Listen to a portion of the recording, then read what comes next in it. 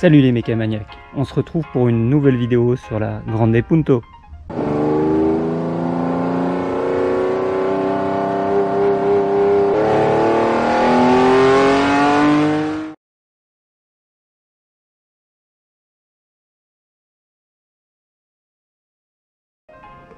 Donc nouvelle panne sur la Grande Punto, le ventilateur ne se déclenche pas.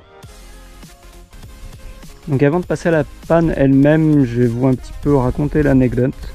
C'est un véhicule qui fait pas du tout de ville, donc j'ai pas fait de surchauffe.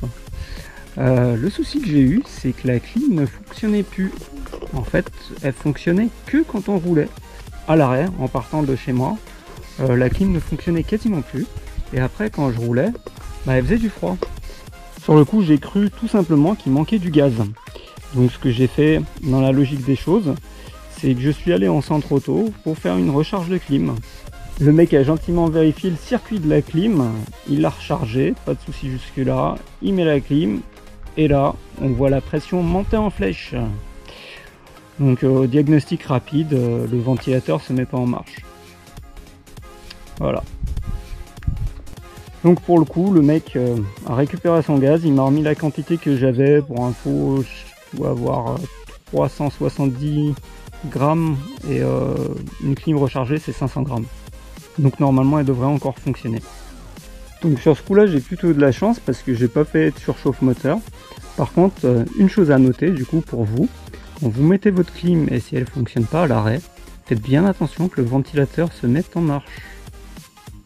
Donc si vous avez ce type de problème ou que vous soupçonnez ce type de problème, on va avoir une chronologie d'analyse pour diagnostiquer le problème. Donc bien évidemment, il va d'abord falloir vérifier que le ventilateur ne se met vraiment pas en marche. Donc sans outil particulier, ce que vous pouvez faire, c'est que vous, à l'arrêt, devant chez vous, vous pouvez laisser le moteur chauffer en surveillant la température.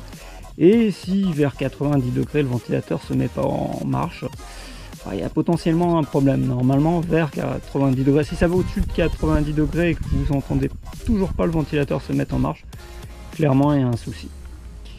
Donc moi j'ai procédé un petit peu autrement, comme j'ai quelques outils. J'ai utilisé Multi-ECU Scan où on peut manuellement activer les deux vitesses du ventilateur du radiateur de la voiture. Donc c'est ce que je vais faire. Donc bien entendu le ventilateur se met pas en marche, mais ça m'a permis de diagnostiquer que les relais qui se trouvent ici, qui déclenchent le motoventilateur, fonctionnent. Parce qu'en activant l'interrupteur sur Multi-ECU Scan, j'entends bien les relais claquer. Donc les relais doivent fonctionner. Passé cette première étape de diagnostic, on a pu valider les relais. Il nous restera deux pièces à tester. Donc le motoventilateur en lui-même et la résistance qui sert de relais de puissance et qui sert aussi à varier la vitesse du motoventilateur. Donc moi le diagnostic il est déjà fait. Donc je me suis permis de démonter tout ce qu'il faut avant. Donc pour avoir un meilleur accès, il faut démonter les deux vis ici pour pouvoir enlever le vase d'expansion. Donc pour la deuxième étape, on pourra tester le motoventilateur en direct. Donc on voit la prise ici du motoventilateur. Donc ce qu'on pourrait faire, c'est retirer cette prise, essayer de le connecter en direct à la batterie, éventuellement mettre un fusible pour pas tout cramer. Donc ça sera un test déjà pour voir s'il tourne. On pourrait aussi retirer les câbles de la résistance de chauffage. Donc la résistance de chauffage, elle se trouve ici. Elle se trouve connectée ici. Moi je l'ai démontée. Elle est ici. Donc on a trois câbles. Ce qu'on pourrait faire, c'est mettre en contact deux câbles. Donc je pense qu'on a l'arrivée électrique et un des départs. Donc le rouge avec un des deux. Et essayer d'activer le ventilateur pour voir s'il se met en marche. Pour valider par exemple s'il n'y a pas un souci au niveau de la résistance. Donc moi j'ai démonté la résistance et là pour moi aucun doute, voilà l'état de la résistance. Donc moi franchement en voyant ça je me suis pas posé plus de questions que ça. Pour moi le problème il est clairement là-dessus. Donc j'ai commandé cette pièce là. J'ai donc commandé une pièce. Malheureusement j'ai pas réussi à trouver une pièce qui soit de marque satisfaisante pour moi. Comme on est en période estivale, je voulais commander du Denso. La pièce existe en Denso mais elle vaut 26 € de moins cher ce que j'ai trouvé hors frais de port, mais il y en avait dispo nulle part. Donc j'ai commandé un truc comme ça sur eBay marque TPF. Je connais pas du tout. Si vous connaissez, bah, un petit commentaire est bienvenu. Là, vous avez la référence constructeur OM. Donc si vous recherchez la même pièce pour un 1,4 litre T-Jet, bah ça sera ça. Pareil pour les abords. Donc je remettrai ça en description de la vidéo.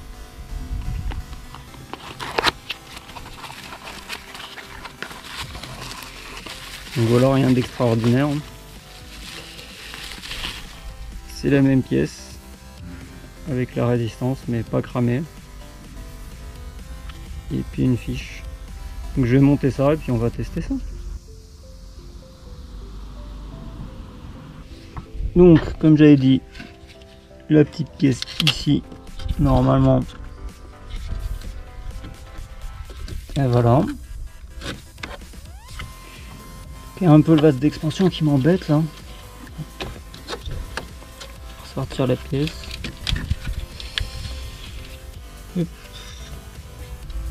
Faut tirer ici et bouger la pièce. Voilà. Voilà la nouvelle. Il y a une petite vis de 8 qui va ici. Je sais pas si je pourrais vous faire voir quand je vais la visser. Je vous fais voir maintenant. Par contre le plastique de la pièce, on voit sacrément la différence. C'est pas du tout la même chose. Hop. Donc je vais vérifier que ça va bien dessus. Ouais, ça a l'air. Donc je vais d'abord monter ça et après mettre la fiche, ça sera peut-être plus simple. Donc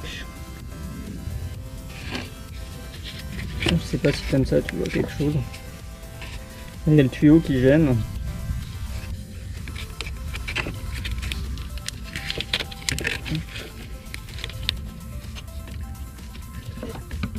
Là il y a un petit trou pour mettre en place la pièce, faut la mettre en biais.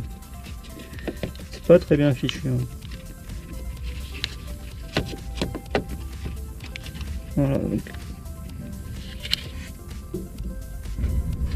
Donc là je mets en place la vis. Et forcément vous voyez pas grand chose.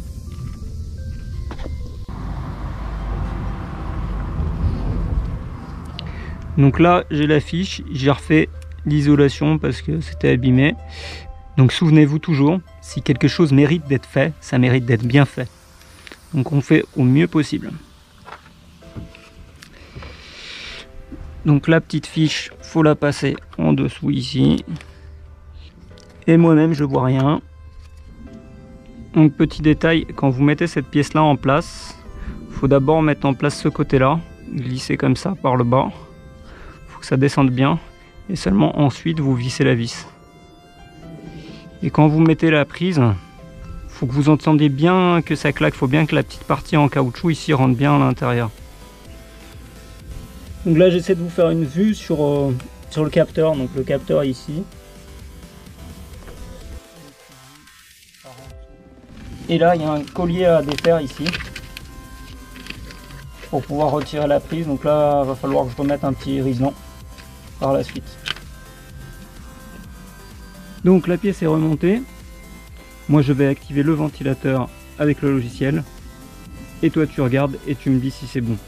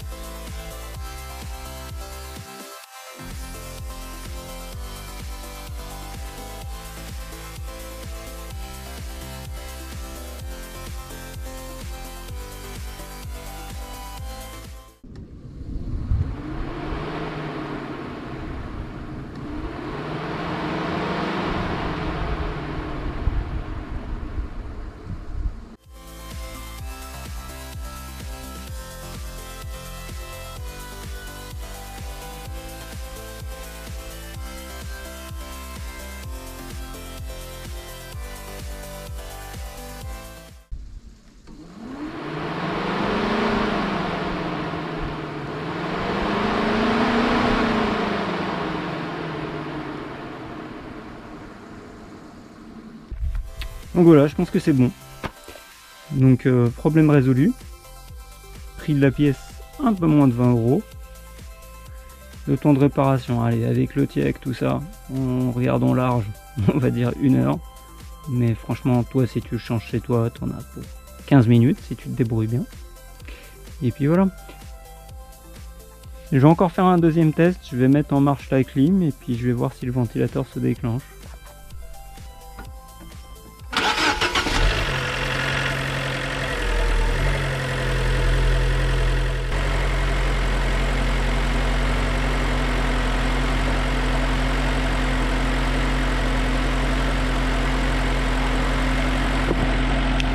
Voilà, le ventilateur déclenche bien.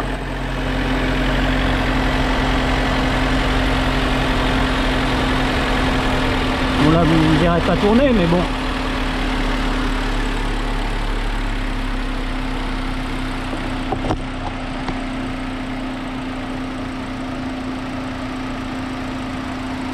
Là on entend bien tourner le ventilateur.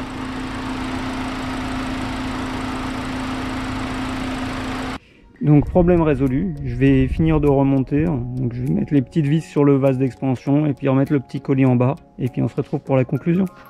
Voilà, c'est tout remonté avec un petit coup de propre. Donc conclusion, une panne qui coûte pas beaucoup d'argent à résoudre parce que là sur eBay ça m'a coûté je sais plus 18 € et des centimes frais de port compris pour la pièce. Bon c'est pas une pièce de marque, ok. Très simple à remplacer comme vous avez vu. La contrepartie, c'est que dans ce genre de problème, il faut s'en rendre compte très rapidement. Car là, si j'avais pas fait attention, une surchauffe, sans faire gaffe, ça peut se terminer par un joint de culasse. Donc comme dit et déjà redit, j'ai eu beaucoup de chance. Donc j'espère que cette vidéo vous sera utile comme toujours. Donc si vous avez aimé ou si vous avez trouvé ça utile, vous n'oubliez pas le petit pouce. Et surtout, vous vous abonnez à la chaîne pour ne pas rater les prochaines vidéos. Allez, salut, à plus!